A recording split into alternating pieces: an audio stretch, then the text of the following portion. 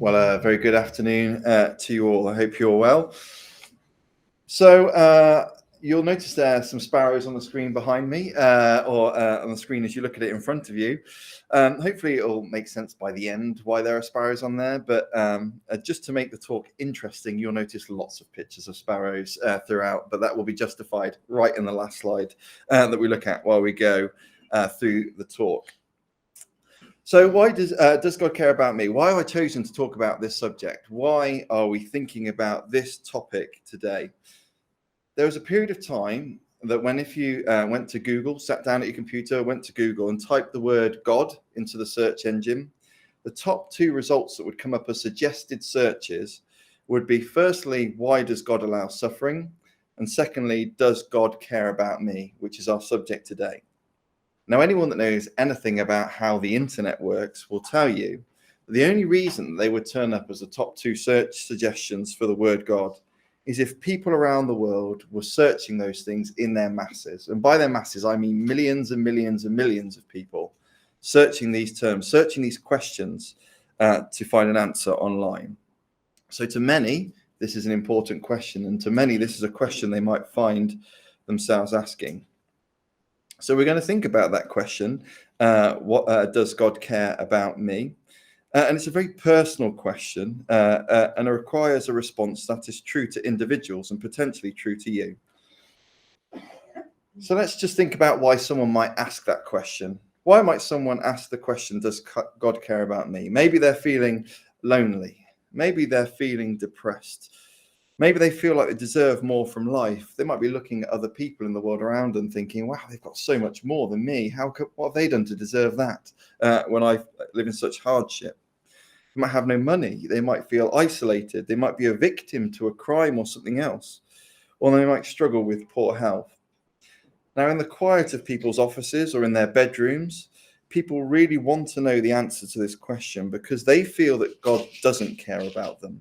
Or perhaps even that God doesn't exist at all, which is why they've searched it in the first place. But this question should be approached with a great level of caution. There's, of course, the huge potential when looking at this subject to upset people, which is absolutely not my intention today. People are obviously searching this term, looking for the answer to this question, because they are suffering, because they are in times of hardship, because they're in times of need. So this afternoon, I in no means aim to trivialize or belittle anyone's suffering or any of the experiences that people might have had in their lives. However, what I hope to do is explain it in the context of the Bible and God's care. And some of the concepts we talk about, therefore, might be difficult to grasp or difficult to fully get your head around. But I can say with quite a level of confidence that the people that are in the room today, who have thought about this subject at great length, no doubt before, will relate to perhaps some of the things that we're talking about and may be able to add some depth and greater meaning to them in relationship to yourself. So with that sort of word of warning, we'll move on to think a little bit about relationships. Now, why are we going to talk about relationships? Think for yourself just for a moment about the people that you care about. So think about the people that you care about and also the people that care about you. Now, in almost all circumstances, in almost all cases, the answer to that question will be perhaps your family members, your friends, those that you have a relationship, those who you have spent time with and conversed with, spent time with socially.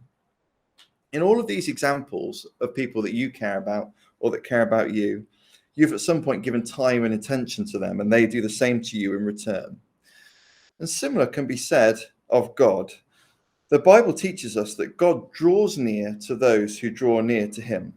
So we're going to look at that in relation to this verse in Lamentations chapter 3. Now, Lamentations was a book that was written in a time of real hardship and suffering.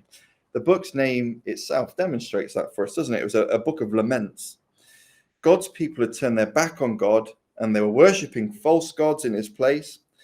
So they'd been taken into captivity by another larger nation and been scattered, killed, and brutally persecuted. They were in a time of real suffering. And at this time of hardship, at this time of suffering and sorrow, the following words were given to those who chose to draw near to God, who had a relationship with him.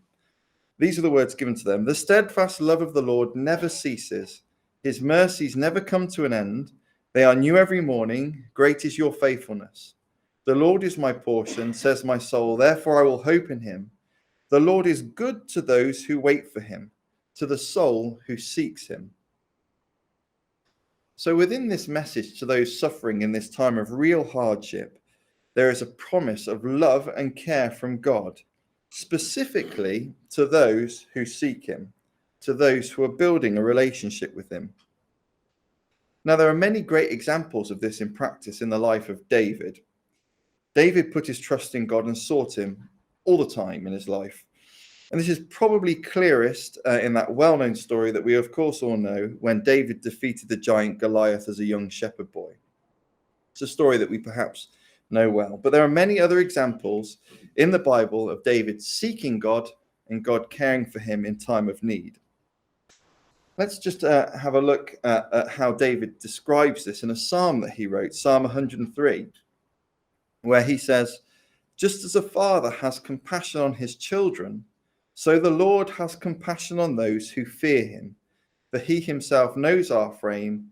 He is mindful that we are but dust."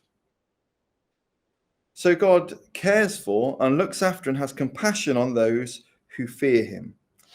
That word fear is worth considering just for a second. It might be easier for us to understand that in one of the other ways that that word is translated. It might say that he has compassion on those who reverence him. So God has compassion and care for those who fear him, for those who love him, those who are drawing near to him, and those who reverence him. So whilst we're thinking about that and we have that concept in our mind just for a few moments, we need to think about the question, what does God's care look like? In our mind, what does God's care look like? What is it manifested as in our lives? So you might think about that yourself now. You might be sitting there thinking, so what do I think of in my mind when I think of someone that's been cared for well by God? Maybe you'd see, a wealthy man with a huge house, massive gardens that are beautiful, lovely cars. Maybe you see someone who's successful in what they do, maybe a sports person. Or maybe you see something a bit more sort of simple, a happy, fulfilled, healthy family. Now, lots of people might think of someone who's being cared for as God as having absolutely everything they want in abundance. They might see someone in a house a bit like this, or driving a car a little bit like that. That's what they might see in their mind when they think of someone being cared for by God. Equally, they might think of those who are in poverty or in absolute homelessness, those who are sort of the example on the other side of the screen here. They might think about those people and they might ask themselves the question, does that mean that they have no relationship with God because they don't have all those things that I see in my mind as being cared for by God? And some of these thoughts clearly don't really tally up when you think about them in just a very basic, simple sense. Surely your experiences of people and speaking to people will tell you that it is not the case that those who love God and draw near to him all are wealthy, living in huge houses with whatever car that is. And equally, all those people that are in poverty, like on the other side of the screen, it's not that they totally disregard God and have no interest in him at all. So it's important for us to build up what is a true idea in our minds of what it looks like to have God caring in your life, because this that we're looking at there on the screen is not it and doesn't deal with that question very well. So let's ask ourselves from the Bible, what does God's care look like? So when writing to believers in Rome, Paul touched on some of the thoughts that we've talked about already today. In Romans chapter 8, verse 28, he says, "And we know that all things work together for good to them that love God, to them that are called according to his purpose."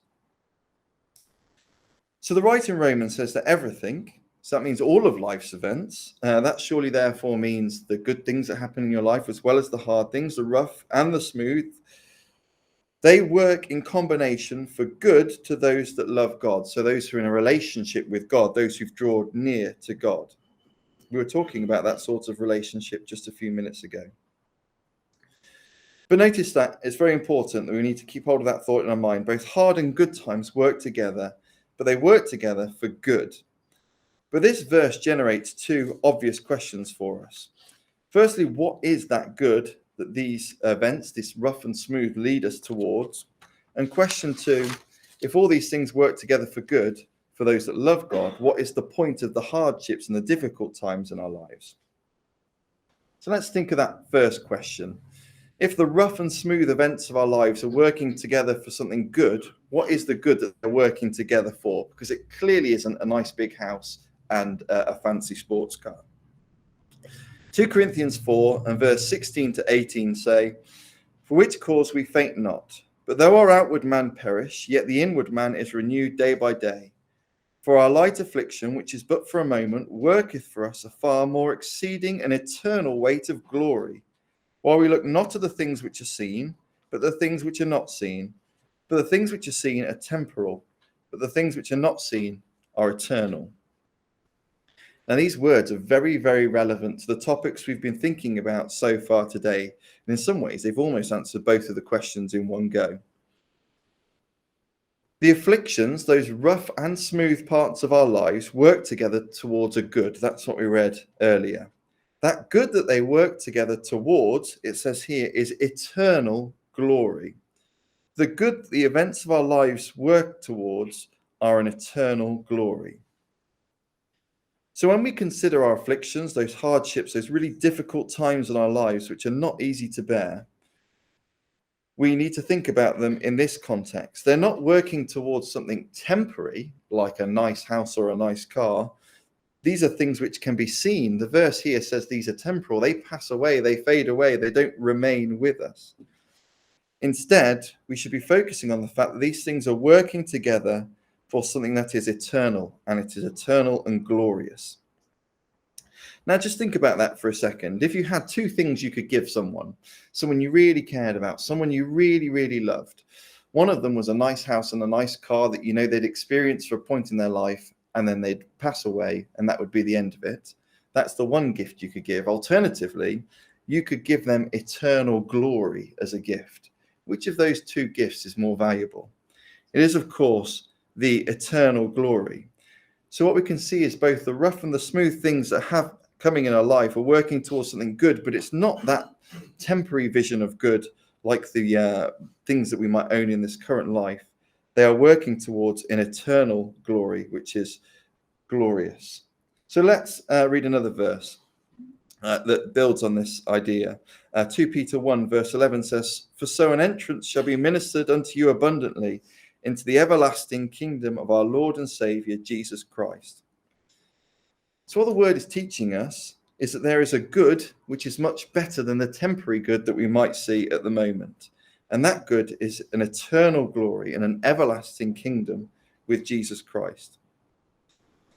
So if God is working in our lives, if we've drawn near to God and have a relationship with God, those good and bad things in our lives work together towards a much greater good than anything the earth can offer us at the moment, because the things on the earth at the moment are temporary, yet the things God is offering us, if we draw near to him and let him work in our lives, are eternal and are glorious. So that is the greater good, as it were, that the events of our lives are leading us to. There was a second question, though, wasn't there? If we're working towards this greater good, what purpose do sufferings and affliction have in our journey to this greater good, this glorious kingdom with Jesus on earth? Well, surely from the things we've discussed already, and we can see it surely in our own lives anyway, and the lives of those around us, those seeking a relationship with God are clearly not immune to hardship and suffering, clearly not immune to difficult things happening in our lives. However, if they're in a relationship with God, if they're seeking God, if they respect and love God, all those things we talked about earlier, they will have a greater perspective of life's peak and troughs. So let's just read this verse from Romans again. Romans chapter 5, verses 2 to 4. They explain this for us. "But we glory in tribulations, also knowing that tribulation worketh patience, and patience experience, and experience hope." So those hardships, those tribulations that we might experience in our lives work together for a purpose if we're in a relationship with God. It changes our character. It changes our perspective of life altogether. It develops patience, experience, and a hope for something greater in the future. And we know what that is already because we just looked at it. That glorious hope of a kingdom, an eternal kingdom on this earth. This is a great verse explaining the things that we're discussing today here in Hebrews chapter 12, verses 6 to 11, which says, "For the Lord disciplines the one who he loves and chastises every son whom he receives. It is for discipline that you have to endure. God is treating you as sons. For what son is there whom his father does not discipline? If you're left without discipline in which all have participated, then you are illegitimate children and not sons. Besides this, we have had earthly fathers who disciplined us, and we respected them. Shall we not much more be subject to the Father of spirits and live? For they disciplined us for a short time as it seemed best to them, but he disciplines us for our good, that we may share his holiness. For the moment, all discipline seems painful rather than pleasant, but later it yields the peaceable fruit of righteousness to those who have been trained by it." You can see how those verses to relate to exactly what we've been talking about so far. These verses liken God to a father who disciplines and guides his children. Now, our parents no doubt did the same to us. They discipline us to guide us, to keep us safe, to perhaps even reflect their own moral values and perspectives. And when they did that, when they disciplined us, when they told us off, when they did those things, it didn't seem nice at the time, did it? But we can see how it's working together to help them fulfill a purpose with you as you're growing up. And the discipline and guidance of our Father in heaven on those whom he loves and who draw near to him is the same. He disciplines us, but not like the fathers of this current world who discipline us for their own good. I have 2 children myself, and at times I will ask them to be quiet, not for their benefit, but so I can just carry on doing what it is that I'm doing, which needs to not be interrupted for a short while. Our Father in heaven, if we draw near to him, he disciplines us for our good, so that we might partake in those things that we've just been talking about, that eternal, glorious kingdom on this earth. And these verses are very specific. At those times when those hardships happen, it isn't pleasant. They are difficult. They don't seem nice when they're happening. However, they work together for a greater purpose in the future for those drawing nearer to God. So to be involved in that future kingdom, that glorious kingdom we've been talking about, where Jesus will reign on this earth, we must have our character shaped. We must understand and reverence God, and we must understand our own requirement to be shaped by the events of our lives, which is what God does with us in those peaks and troughs. So God is helping us learn these lessons, guiding us towards an eternal glory. So I hope these things give you something to think about and something to ponder on. But some people hearing this talk and thinking about some of these concepts for the first time might ask themselves the question, why should I draw near God to fit into this pattern you're talking about if I don't feel that he's shown any love to us? If I don't think that he's drawn near to me, why should I draw near to him to partake in those things? Well, I think probably the best known verse in the whole Bible answers that question for us perfectly. John 3 verse 16 says, "For God so loved the world that he gave his only son, that whoever believes in him should not perish, but have eternal life." So God has actually already shown his love to you, because he's already tried to draw near to you. God so loved the world and wanted to show that love and wanted to give you a means to draw nearer to him, that he gave his only son so that you might be able to draw near to him and partake in that wonderful eternal glory that we were talking about just a few moments ago. Now, perhaps you've seen these things that we've been talking about in practice in the events of your own lives. Perhaps the events of your own lives, the peaks and the troughs of your life, have led you to ask this very same question. And it's important that when answering this question, you look at the Bible, because as we can see, there are many places that put this in context for us and help us to understand how God works in our lives, to help us draw nearer to him, to work with us to the point that we might partake in a glorious future on this earth. If we can look beyond the comfort of the riches of this life, all these temporary things that we were talking about just a few moments ago, we can see how God might be helping us towards a future eternal glory in this earth through his Son. Our Father in heaven might be guiding us as a child towards something far better than the wealth and riches of this present age, but to a glorious future. So we're going to close now with some words. Many of you will know exactly why there's been sparrows on the screen throughout the entire talk. Now I'm going to finally justify it by closing with some verses from Matthew chapter 10. And I'll leave these on the screen as we finish. Matthew 10, verses 29 to 31 says, "Are not 2 sparrows sold for a farthing, and one of them shall not fall on the ground without your Father?